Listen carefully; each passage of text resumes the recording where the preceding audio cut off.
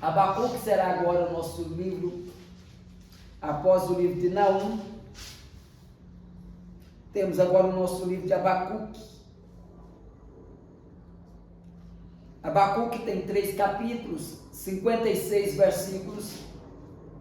Abacuque é um profeta que viveu um ano antes do cativeiro babilônico, ou da Babilônia entrar com teu cerco e levar na primeira leva aquele povo, aonde levou Daniel e os meninos para a Babilônia.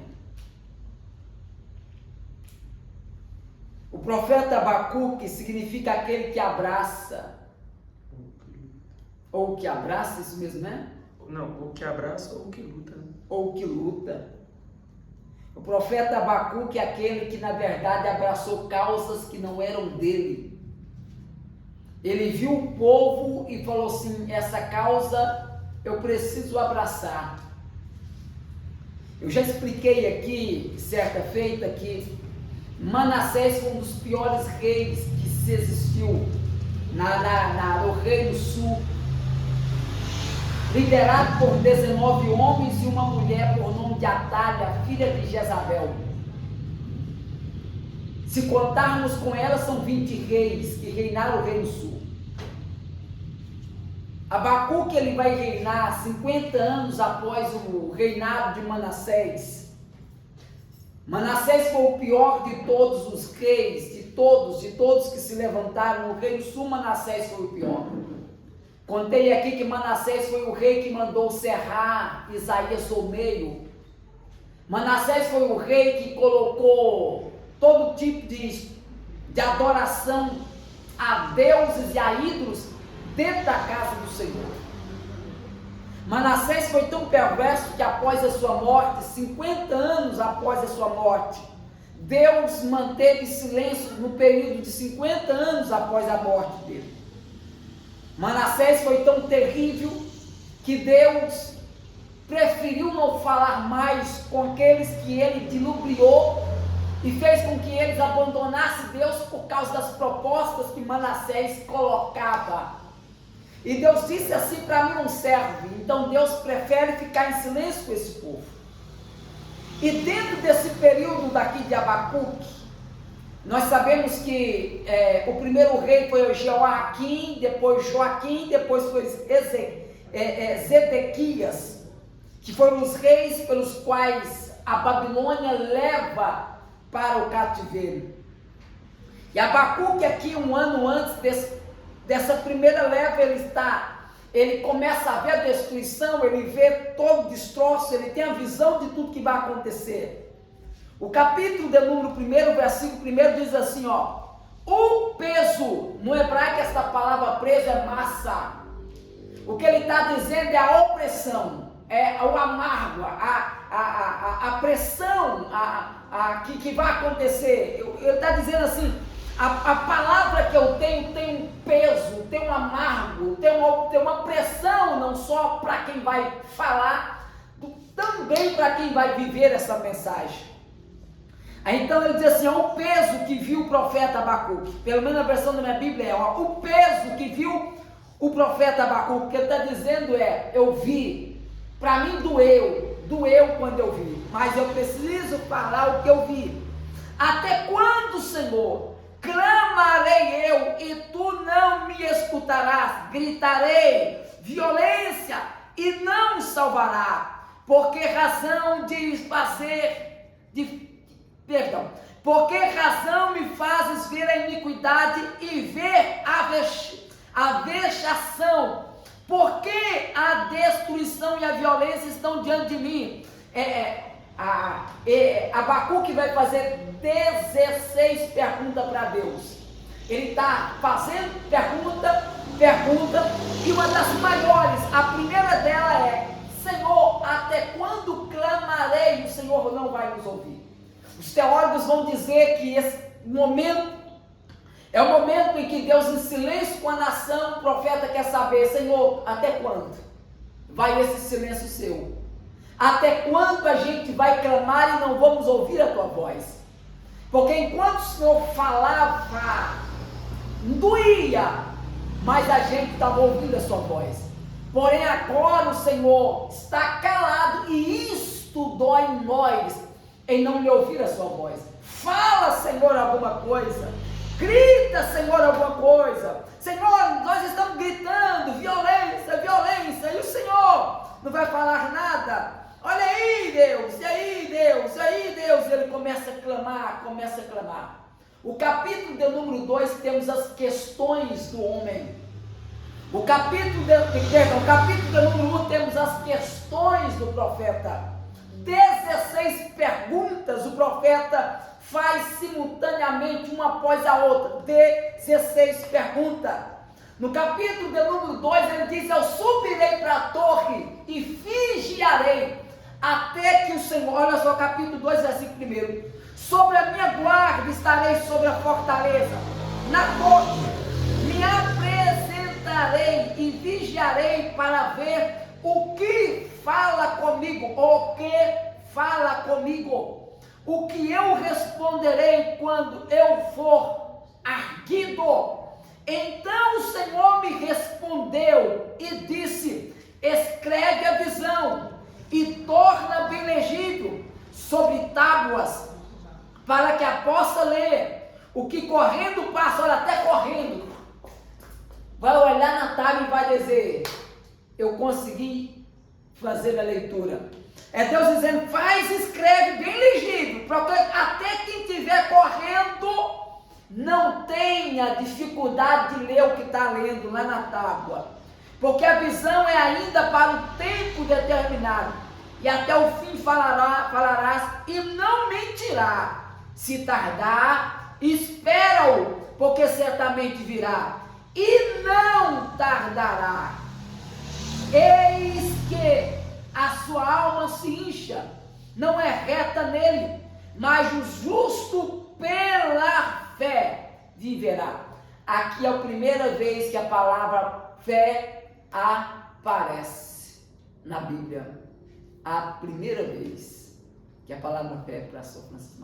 Fé, desde está aqui, desde Gênesis, e vai aparecer justamente em Malaquias. A primeira vez que a palavra fé, ela aparece. Só tem Abacuque, capítulo pelo qual nós lemos aqui. O justo pela fé viverá, tanto mais por ser dado ao vinho e desleal um homem soberbo e não se contém que se alaga. Então o capítulo 1 ele está querendo saber, Deus aí vai responder ou não vai? Será que é só nós que estamos vendo a injustiça, a desigualdade, o desequilíbrio, o povo como é que está? E aí? E aí, Senhor? E aí o que a gente faz?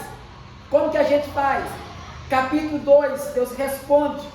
Capítulo de número 3. Aí diz assim, ó, oração em forma de cântico.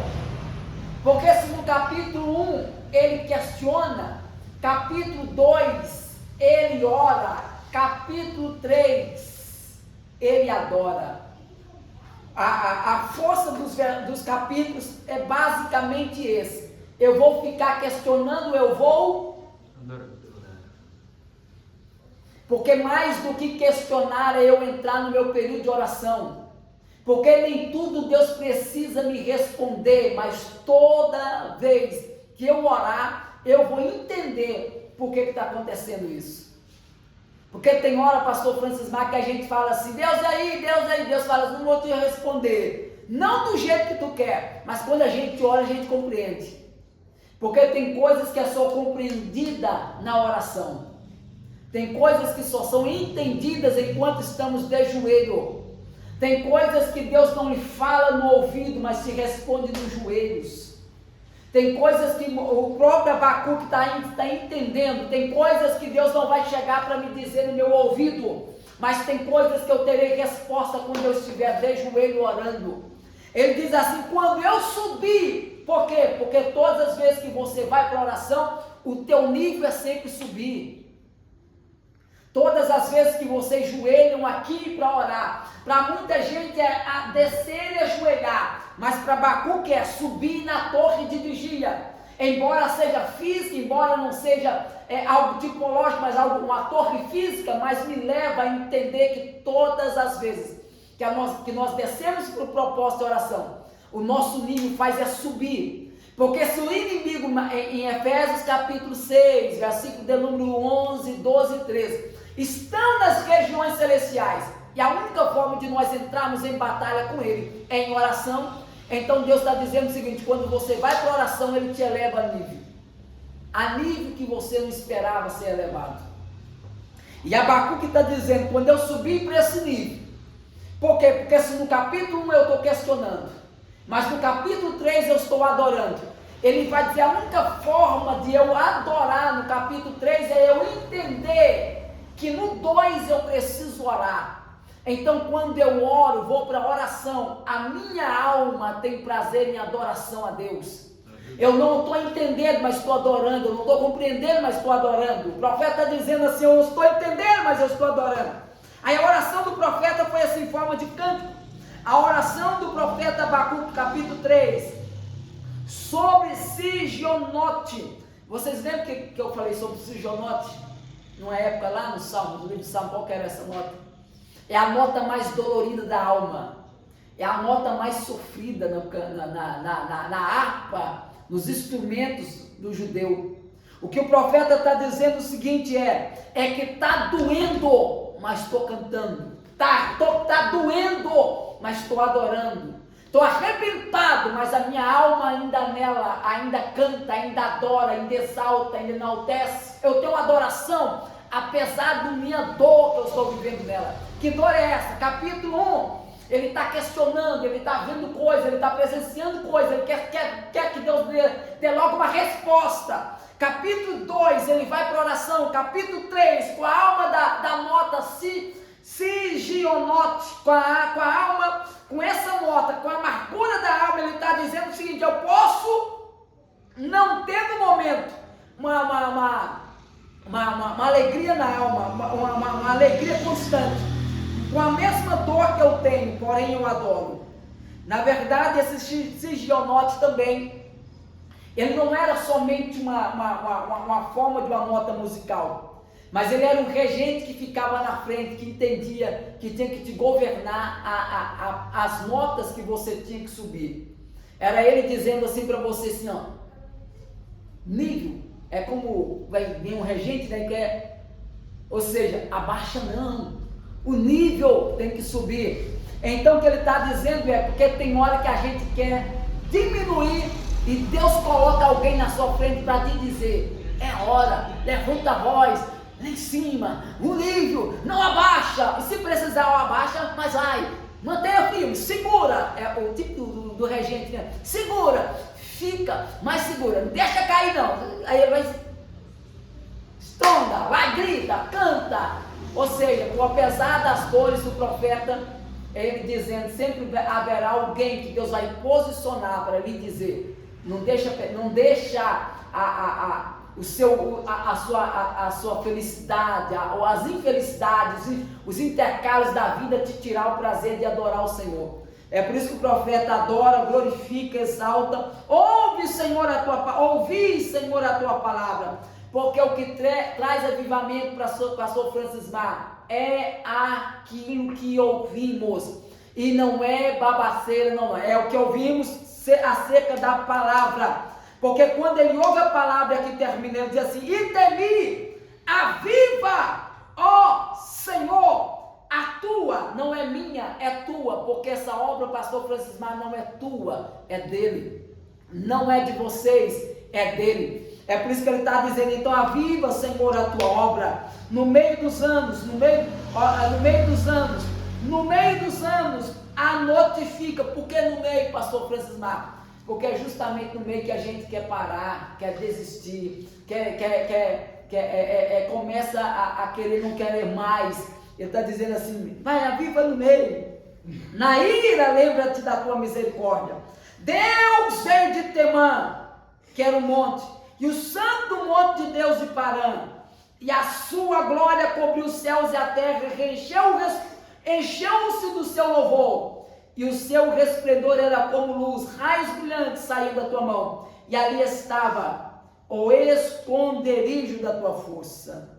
E aqui nós finalizamos com ele dizendo, quando ele entendeu que apesar do que ele vive, ele diz assim, ó, ainda que a figueira não floresça, versículo 17, nem haja fruto na vide, a crise na figueira, a crise na vide, a crise no campo, quando o produto mente, a crise lá no rebanho, quando o campo não produz seu mantimento, as ovelhas das malhadas sejam arrebatadas, nos currais não hajam vaca, todavia, ele está dizendo, olha só, eu me alegrarei no Senhor, exultarei no Deus da minha salvação. Jeová, o Senhor, é minha força, e fará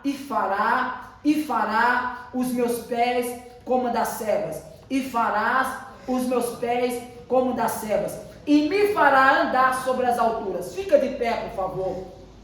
Daqui eu oro contigo nessa noite, agradecendo a Ele. E me fará os meus pés como a das servas. Como que é os pés da serva? Ela está dizendo assim, não importa o ambiente que eu passe, vai me ver movimentando. Salmo de número 40 fala sobre essa serva. Essa serva é a serva que mesmo sendo perseguida, ela diz o seguinte, eu não vou me entregar. Mesmo sendo caluniada, mesmo sendo perseguida, ambientes que outros animais não conseguiriam subir, ela sobe com facilidade, ela corre, ela diz, estou anelando pelas águas, porque com o tempo o teu corpo de uma serva, ela vai exalando um cheiro que atrai o inimigo diz assim, está cheirando o que eu gosto, está cheirando o que eu gosto. E quando ela sente que o seu cheiro está atraindo o predador, ela diz, chegou a hora de eu correr para as águas e me lavar nessa água.